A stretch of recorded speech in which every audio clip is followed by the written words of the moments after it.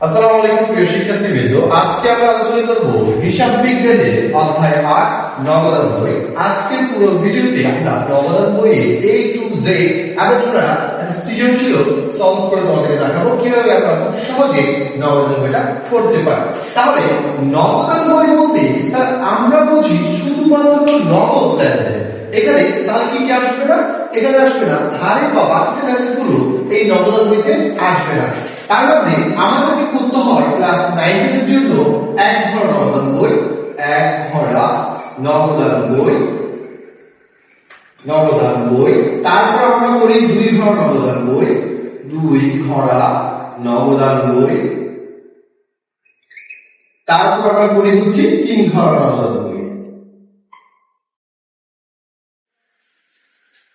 নবদান বই। Okay sir, এখন আমরা একটা জিনিস আলোচনা করবো খুব ইজি ওয়েতে। আমরা বলবো স্যার এক ঘর নবদান বই যখন আমাকে প্রস্তুত করতে হবে তখন শুধুমাত্র আমরা এখানে নগদ লেনদেন নিয়ে আসবো। আমি পরে এটাকে বুঝাবো কি করবো।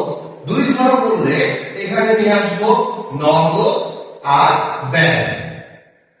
ওকে স্যার, আর তিন ঘর করলে আসবে নগদ, ব্যয় আর বাকিটা। স্যার নগদ লেনদেন বলতে নগদ অর্থকে বোঝায়, আর ব্যাংকিং লেনদেন বলতে ব্যাংকিং লেনদেনকে বোঝায়। আর এখানে আছে বার্তাকে নিয়ে। এই অধ্যায়ে আমাদের কনফিউশন করবে বার্তা। তাহলে চলি বার্তা জিনিসটা কি স্যার? বার্তা আমরা প্রায় সময় শুনি, বার্তা মানে ডিসকাউন্ট, ছাড়, তাই তো? তাহলে বার্তা কত প্রকার হবে স্যার? বার্তা হয় সাধারণত দুই প্রকার। এক হচ্ছে কারবারি বার্তা, কারবারি বার্তা স্যার। আর দুই নম্বরটা হচ্ছে নগদ বার্তা। কি বার্তা স্যার? নগদ বার্তা। ওকে, নগদ বার্তা, ঠিক আছে। একটা হচ্ছে কারবারি বার্তা আর একটা হচ্ছে নগদ বার্তা। কারবারি বার্তাকে আরেকটা নামে ডাকা হয়, সেটা হচ্ছে ব্যবসায়িক বার্তা স্যার। ব্যবসায়িক বার্তা, কথা বোঝা গেছে? তাহলে আমরা একটু ক্লিয়ার আসি। বার্তা দুই ধরনের হয়, একটা হচ্ছে কারবারি বার্তা বা ব্যবসায়িক বার্তা, আর একটা হচ্ছে নগদ বার্তা। স্যার নগদ বার্তা হিসাব বিজ্ঞানে আসবে স্যার, কারবারি বার্তা হিসাব বিজ্ঞানে আসবে না। স্যার কেন আসবে না? কারণ এটা নিয়ে অনেকে কনফিউশন করে। তাই কারবারি বার্তা হিসাব বিজ্ঞানে না আসার কারণ বলি। কারবারি বার্তা হচ্ছে ব্যবসায়িক বার্তা, মানে ব্যবসা করার সময় যে ছাড়টা দেয়া হয়। আমি একটু এক্সাম্পল হিসেবে যাই। স্যার আপনি একটা জিনিস কিনতে গেলেন, দাম হলো 163 টাকা, দোকানদার আপনাকে বলে ভাই 160 টাকা দেন। এই যে 3 টাকা দোকানদার ছাড় দিল, আপনি কিন্তু পণ্য কিনেছেন 163 টাকা। এই যে দোকানদার 3 টাকা ছাড় দিল, এই টাকাটা কে করে না? ক্রেতা। ক্রেতা এই ছাড়ের যে 3 টাকা সেটা লিখবে না, বিক্রেতাও কি করবে না? এই 3 টাকা লিখবে না। তাহলে আপনি বলবেন ভাই 63 টাকা আছে, 60 টাকা দেন। এই 3 টাকা ক্রেতাও লিপিবদ্ধ করে না, বিক্রেতাও লিপিবদ্ধ করে না। সো দ্যাটস হোয়াই এই জন্য এই যে কারবারি বার্তা হিসাব বিজ্ঞানে আসে। তাহলে কারবারিটা কেন আসে না? বুঝা গেছে কেন? ক্রেতা এবং বিক্রেতা উভয় লিপিবদ্ধ করে না বিধায় কারবারি বার্তাটা হিসাব বিজ্ঞানে আসেই না। এবার নগদ বার্তা। নগদ বার্তা প্রস্তাব দুই প্রকার, একটা হচ্ছে প্রদত্ত বার্তা, একটা হচ্ছে প্রদত্ত বার্তা, আর একটা হচ্ছে স্যার প্রাপ্ত বার্তা। ঠিক আছে, প্রদত্ত বার্তা, এটা হচ্ছে কি স্যার? প্রাপ্ত বার্তা। তাহলে আমরা একটু জিনিসটা বুঝলাম যে বার্তা কি, আর এক ঘর, দুই ঘর, তিন ঘর নবদান বইয়ে কি কি আসে এগুলো আমরা বুঝলাম। এখন আমাদের যে আলোচ্য বিষয় আমরা এখন আলোচনা করব সেটা হচ্ছে কন্ট্রাক্টিং। এই নবদান বইতে কি করবে? কন্ট্রাক্টিং। তাহলে স্যার আসি, লিখি কন্ট্রাক্টিং। এই অধ্যায়ের মূল চাবিকাঠি হচ্ছে স্যার কন্ট্রাক্টিং। এই অধ্যায়ে অঙ্কগুলো অনেক সহজভাবে বোঝানো যাবে, শুধুমাত্র কন্ট্রাক্টিংটা বুঝতে পারলে এই অধ্যায়ের অঙ্ক আলু ভর্তা প্র্যাকটিক্যাল দিলেও সহজ স্যার। চলেন দেখি। কন্ট্রাক্টিং সাধারণত আমাদের 9 এর জন্য আমরা দুটো শিখলেই হয়ে যায়। তাহলে কি কন্ট্রাক্টিং আর যেটা রাখা হয় সেটা কি স্যার? সেটাকে বলা হয় বিপরীত দাখিলা স্যার। কি দাখিলা? বিপরীত দাখিলা, মানে আপনি যা ভাববেন তা উল্টাও। তাহলে আসলে কন্ট্রাক্ট একটা হচ্ছে ব্যাংকে জমা দাও, ব্যাংকে জমা দাও, ঠিক আছে। এরপরে আসি ব্যাংক হতে উত্তোলন। দুই নম্বরে কি হবে? ব্যাংক হতে উত্তোলন স্যার, এই দুইটা। ঠিক আছে, একটা হচ্ছে ব্যাংকে জমা দান আর একটা হচ্ছে ব্যাংক হতে উত্তোলন। এই দুটো কন্ট্রাক্টই আমরা যদি জাবেদা করে তাহলে কি আসবে? ব্যাংকে জমা দান, যার হবে ব্যাংক হিসাব ডেবিট, ব্যাংক হিসাব স্যার ডেবিট, আর একটু হচ্ছে নগদান ক্রেডিট স্যার। যেহেতু ব্যাংকে টাকা জমা দিয়েছি তার মানে কি হবে? ব্যাংকে টাকা বাড়বে, ব্যাংক হিসাব ডেবিট, আর নগদ তথ্য মানে নগদ টাকা চলে যাবে, নগদান ক্রেডিট। এবার ব্যাংক হতে উত্তোলন যদি করি স্যার, যাবে হবে নগদান হিসাব ডেবিট আর ব্যাংক হিসাব ক্রেডিট স্যার। বুঝা গেছে? এই জিনিসটা বুঝা গেছে। কন্ট্রাক্ট হচ্ছে দুইটা বিপরীত দাঁড়িয়ে ব্যাংকে জমা দেন, তাহলে জাবেদা করলে আমি পাচ্ছি ব্যাংক হতে ডেবিট, ব্যাংক হিসাব ডেবিট, নগদ হিসাব ক্রেডিট। আর এখানে বলে পাচ্ছি ব্যাংকে ব্যাংক হতে উত্তোলন জাবেদা, নগদ হিসাব ডেবিট, ব্যাংক হিসাব ক্রেডিট। স্যার এই দুইটা জাবেদা করার ফলে আমরা দেখছি ব্যাংক এবং নগদ দুটাকে প্রভাবিত করছে, হয় একটা বাড়ছে হয় একটা কমছে। এর জন্য এটা হচ্ছে কন্ট্রাক্ট। ঠিক আছে, আরেকটা নোট আপনারা এখানে লিখবেন। নোট আপনারা নোট করবেন ব্যক্তিগত প্রয়োজনে, ব্যক্তিগত প্রয়োজনে ব্যাংক হতে 2000 টাকা উত্তোলন। ঠিক আছে, ব্যক্তিগত প্রয়োজনে ব্যাংক হতে 2000 উত্তোলন, 2000 টাকা উত্তোলন। স্যার একটু খেয়াল করে দেখি, ব্যক্তিগত প্রয়োজনে ব্যাংক হতে উত্তোলন হচ্ছে 2000 টাকা। স্যার যখন ব্যক্তিগত প্রয়োজনে ব্যাংক হতে উত্তোলন বলবে তখন আমরা বলবো এটা কন্ট্রাক্টিং না, সাধারণ জাবেদার মতো বলবো। স্যার আমি জানি ব্যক্তিগত কথাটা বলা থাকতে বা ব্যক্তিগত প্রয়োজনে যদি উত্তোলন বলা থাকে সেক্ষেত্রে জাবেদা করার সময় আমরা প্রথমে উত্তোলন হিসাব কি হিসাব স্যার? উত্তোলন হিসাব নিয়ে আসবো। উত্তোলন হিসাব কি আনবো? ডেবিট। এরপরে আসি যে খাত থেকে উত্তোলন করবে, ঠিক আছে, যে খাত থেকে উত্তোলন করবে ওই খাতকে আমরা ক্রেডিট করব। যেমন ব্যক্তিগত প্রয়োজনে কোথেকে উত্তোলন করছে স্যার? তারা উত্তোলন করেছে ব্যাংক থেকে। কি থেকে? ব্যাংক হতে। তাহলে ব্যাংক হিসাব ক্রেডিট হয়ে যাবে, তাই তো? যদি নগদ তথ্য তো নগদ হিসাব কি করে দিতাম? ক্রেডিট করে দিতাম। বুঝে গেছে হয়তো বা? ব্যাংক হিসাব ক্রেডিট। স্যার এখন বুঝে গেছে কিনা? আশা করি সবাই বুঝতে পেরেছেন। খুব ক্লিয়ার কাট কথা তো বললাম।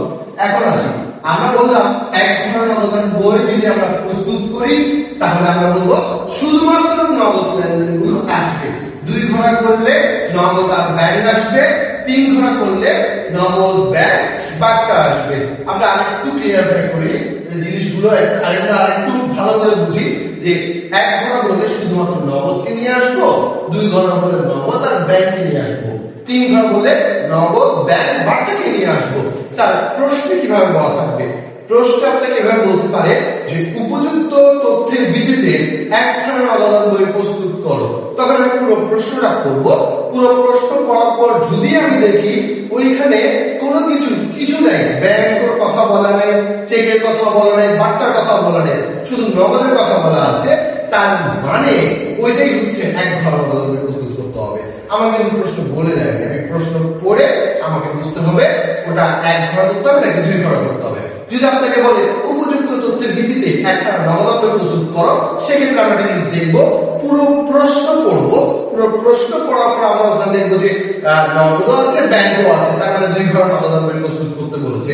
2 ঘোড়া নগদান বই প্রস্তুত করতে হলে আমরা ব্যাংকের কথা বললে, চেকের কথা বলে আমাদের কেন ব্যাংকের কথা বলবে, ব্যাংক আর চেক বলে আমরা বলবো এটা 2 ঘোড়া নগদান বই। যদি কোনো বার্তা পূর্ণ নিষ্পত্তি, দেনার পূর্ণ নিষ্পত্তি, পাওনার পূর্ণ নিষ্পত্তি করে তাহলে 3 ঘোড়া। তাহলে আমরা একটা 3 ঘোড়া নগদান বই পড়বো এবং 3 ঘোড়া নগদান বই করার ফলে আমরা পুরো অঙ্কটা কিভাবে করতে হয় আমরা তা নিয়ে আলোচনা করবো। আমরা একটা সৃজনশীল আছে, আগে আমরা 3 ঘোড়া নগদান বই আমরা ঘর মানে এঁকে ফেলি। প্রথমত আসি,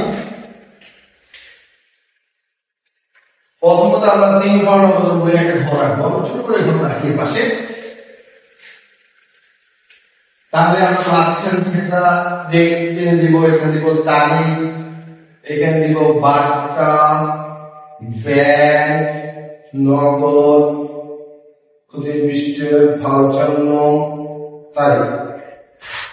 এখানটাও সেম, বার্তার টাকা দিব, নগদ, ব্যাংকের টাকা দিব, জাস্ট ওকে। এখানে দিব তারিখ, প্রাপ্তি, প্রতিয়ান পৃষ্ঠা, ভাউচার, তারপর হচ্ছে নবদান, ব্যাংক, বার্তা, তারিখ, প্রদান, তারপরে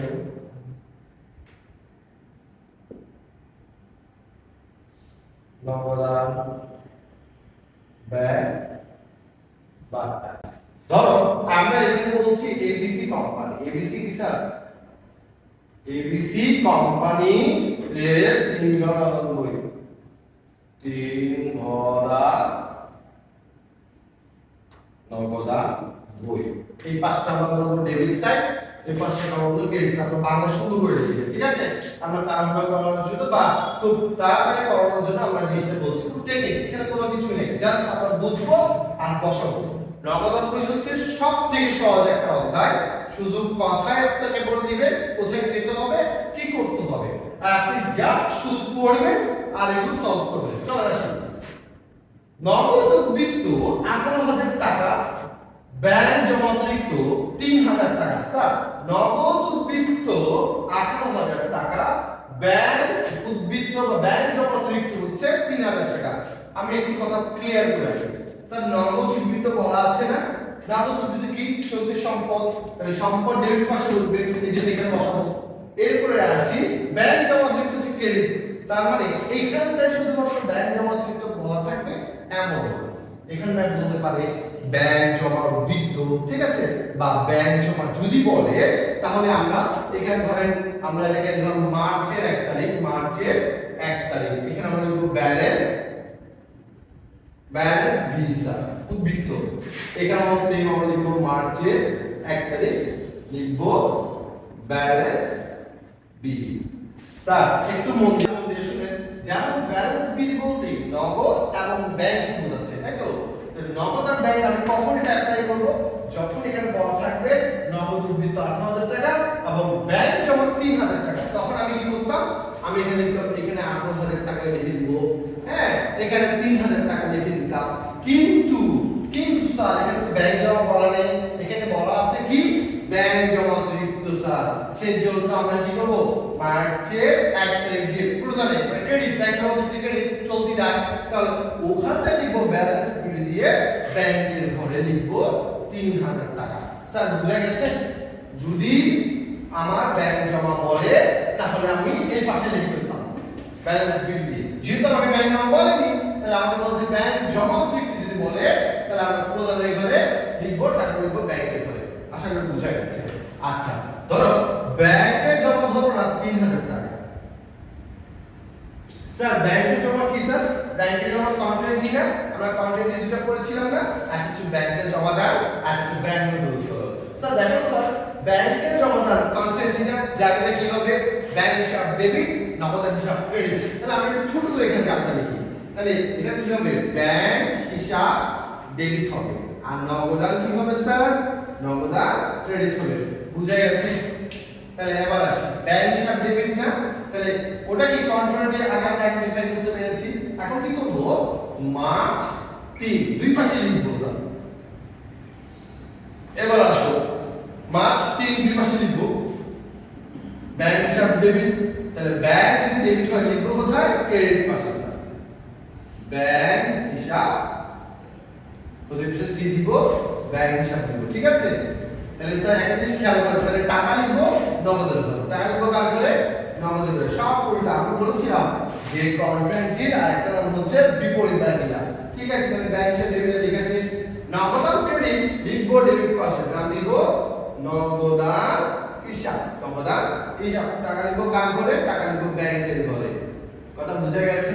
আচ্ছা এরপর দেখো সাইমন নিকট 7,000 টাকা পাওনা পূর্ণ নিষ্পত্তিতে 6,800 টাকা প্রাপ্তি। স্যার সাইমন নিকট যদি 7,000 টাকা পাই, তার থেকে আমি পেয়েছি কত টাকা স্যার? 6,800 টাকা। যাই মানে যেটা পেয়েছি সেটা আমি প্রাপ্তির ঘরে লিখি। তাহলে কয় তারিখে আসবে? 6 মার্চের 6 তারিখ। সাইন হিসাব পেয়েছি কত টাকা স্যার? পেয়েছি তো 6,800 টাকা। চেক প্রাপ্তি বলেছে? চেক প্রাপ্তি বলেনি, কিছুই বলেনি, শুধু বলেছে স্যারের নিকট ৭০০০ টাকার পূর্ণ নিষ্পত্তিতে ৬৮০০ টাকা প্রাপ্তি। স্যার যদি বলতো চেক প্রাপ্তি বলতো তাহলে আমরা এখানটায় ব্যাংকের ঘরে লিখতাম, যেহেতু বলা নেই সেই ক্ষেত্রে আমরা লিখবো কোথায়? নগদের ঘরে। স্যার আমি পেতাম তার কাছে কত টাকা? আমি পেতাম তার কাছে ৭০০০ টাকা, সে আমাকে দিয়েছে কত টাকা? ৬৮০০ টাকা। তার মানে তাকে আমি ছাড় বা ডিসকাউন্ট দিয়েছি কত টাকা? 200 টাকা। তাহলে এইটা আমরা এখানে লিখবো, বার্তার ঘরে লিখবো 200 টাকা। বুঝা গেছে? আসুন পরবর্তীতে আসি। মার্চ 10 তারিখ সুমির নিকট দেনা বাবদ 1 টাকা চেক প্রদান। যদি বলতো দেনা বাবদ প্রদান, ঠিক আছে, প্রদান তো বলেই দিয়েছে, তার মানে আমি লিখবো এখানে 10 তারিখ সুমি হিসাব,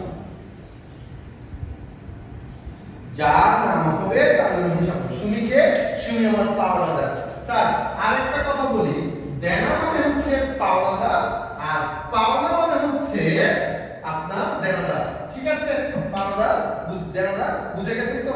তাহলে সুমির নিকট দেনা বাবদ 1 টাকা চেক প্রাপ্তি বলেছে। স্যার যেহেতু সুমির নিকট দেনা বাবদ ৪০০০ টাকা চেক প্রদান, বার্তা প্রাপ্তি হচ্ছে কত টাকা? 100 টাকা। স্যার আরেকটা কথা আপনাদেরকে বলে রাখি, টাকা দিলে বার্তা পাওয়া যায়। টাকা যদি আমি কাউকে টাকা পরিশোধ করি তাহলে আমি বার্তা পাবো, আর টাকা দিলে বার্তা পাওয়া যায়। Concept clear? মানে আমি টাকা দিলে বার্তা পাবো, ঠিক আছে, টাকা দিলে বার্তা কি পাবো আমি, আর টাকা পেলে বার্তা দিতে হবে। ঠিক আছে, আচ্ছা আসে। তাহলে সুমির নিকট কত দেনা বাবদ কত টাকা? ৩৪০০ টাকা। সুমির হিসাব কি? চেক প্রদান বলেছে। স্যার কি প্রদান? চেক। চেকের কথা বললে আমাদের কার কথা মনে পড়ে? আমার মনে পড়ে হচ্ছে ব্যাংকের কথা। বুঝা গেছে?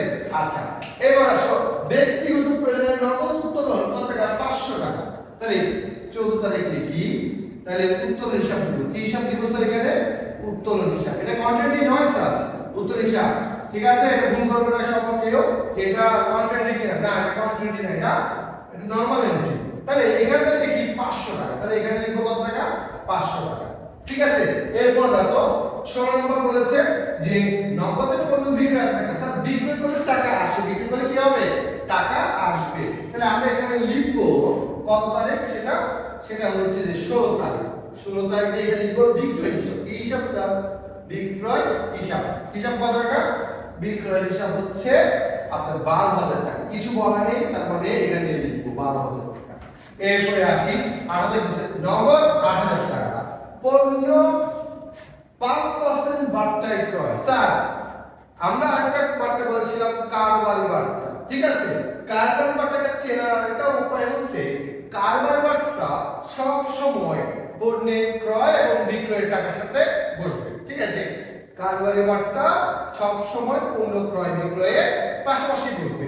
দেখো আমি যদি বলি যে নগদ ৮,০০০ টাকার পণ্য কি করেছে? পণ্য 5% বার্তায় ক্রয়। তাহলে 10% হচ্ছে আপনার 800 আর হচ্ছে 400 টাকা। তাহলে আমরা একটু দেখি 8,০০০ এর 5% 400 টাকা। ঠিক আছে স্যার, 8,০০০ এর 5% কত? 400 টাকা। এটা কি করেছে? পণ্য ক্রয়। তার মানে এটা আমরা দিব কত পার্সেন্ট? 18 তারিখ নাকি? 18 তারিখ। এখানটা আমরা দিব ক্রয় হিসাব। কি দিব স্যার? ক্রয় হিসাব। ঠিক আছে, ক্রয় হিসাবে আমরা কত টাকা লিখবো এখানে? যদি 400 টাকা লেস করি তাহলে 7,600 টাকা। ঠিক আছে, বারটা দিয়েছি, বারটা আসবে? আসবে না। কেন আসবে না? কারণ এটা কার্বন বারটা হিসাব বিজ্ঞানে আসে না, আমরা প্রথমে আলোচনা করেছি। এরপরে আসি স্যার, এখানে কি বলেছে? 20 তারিখ বলেছে প্রদেয় বিলের অর্থ, মানে প্রদেয় বিলের অর্থ ব্যাংক কর্তৃক পরিশোধ ২০০০ টাকা। মানে আমার প্রদেয় বিলের অর্থ, মানে আমার পাওনাদারের যে অর্থটা সেটা কে করেছে? সেটা ব্যাংক পরিশোধ করেছে। তাহলে পরিশোধ করে লিখবো। তাহলে এটা হচ্ছে 20 তারিখ লিখলাম। 20 তারিখ হচ্ছে কি? প্রদেয় বিলের অর্থ পরিশোধ কত টাকা আসবে? ২০০০ টাকা। তাহলে প্রদেয় বিল হিসাব লিখবো, প্রদেয় বিল হিসাব কত টাকা আসবে স্যার? ২০০০ টাকা। কিসে দিয়েছে? চেকে দিয়েছে, ব্যাংক পরিশোধ করেছে। টাকা কোথায় কমবে? নগদ কমবে না ব্যাংক থেকে কমবে? ব্যাংক থেকে কমবে স্যার। কত টাকা 2000 টাকা ক্লিয়ার এবং 24 তারিখ বলছে 500 টাকা বার্তা মঞ্জুর করে ঠিক আছে বার্তা মঞ্জুর করে আরিফের নিকট 6500 টাকা চেক প্রাপ্তি তাহলে 500 টাকা বার্তা দিয়ে আমি কি করেছি আরিফের থেকে আমি 6500 টাকা পেয়েছি তাহলে 24 তারিখ লিখি আমরা আরিফ হিসাব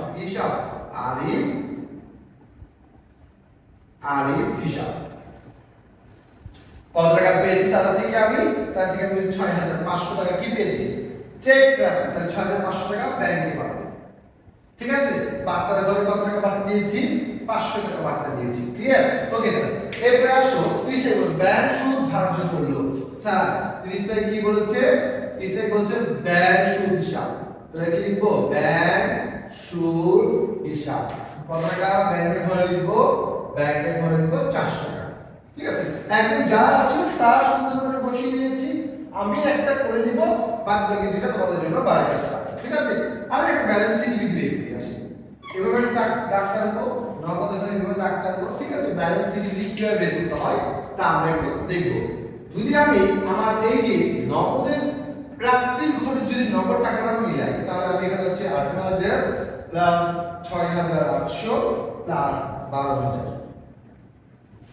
তাহলে আমার টোটাল আছে 36800 টাকা তাহলে দেখি যেটা বড় টাকা আসবে 36800 টাকা 36000 কত টাকা 800 টাকা দেখেন 36800 টাকা যে টাকাটা বড় সেটা উভয় পাশে লিখে দিব 36800 টাকা কথা বুঝা গেছে হিসাব ক্লোজ এখন আসো আমি একটা জিনিস দেখছি যে এখানে 36800 টাকা আসছে আমি এটা লিখলাম এখানে দেখো 36800 টাকা আসেনি তখন আমার কি করতে হবে দেখি কত আসলো 3500 তারপর রয়েছে 7600 এখানে আসছে আমার 11100 টাকা তার মানে 36800 টাকা আমি লিখে ফেলেছি কতটা বেশি লিখেছি তা কিভাবে বলবো 36800 মাইনাস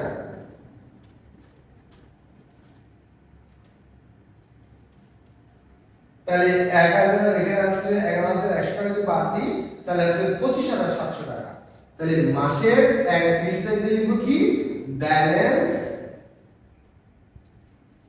সিডি কত আসবে 25700 টাকা কথা বুঝা গেছে মানে এই টাকাটা যোগ করার পর আমি এটা থেকে যখন বিয়োগ দিব তখন 1 টাকা শর্টেজ আছে ওটাই হচ্ছে যে পাশে হতে পারে সেটা এই পাশে হতে পারে এটা এই পাশে হতে পারে ঠিক আছে যে পাশে হতে থাকে কেন যেখানটায় কম থাকবে সেই টাকাটা হচ্ছে ব্যালেন্স সিডি যেটাই ব্যালেন্স সিডি সেটাই পরবর্তী মাসের 1 তারিখ মার্চের পরে আমরা যদি হিসাব করি এপ্রিলের 1 তারিখ ধরবো ব্যালেন্স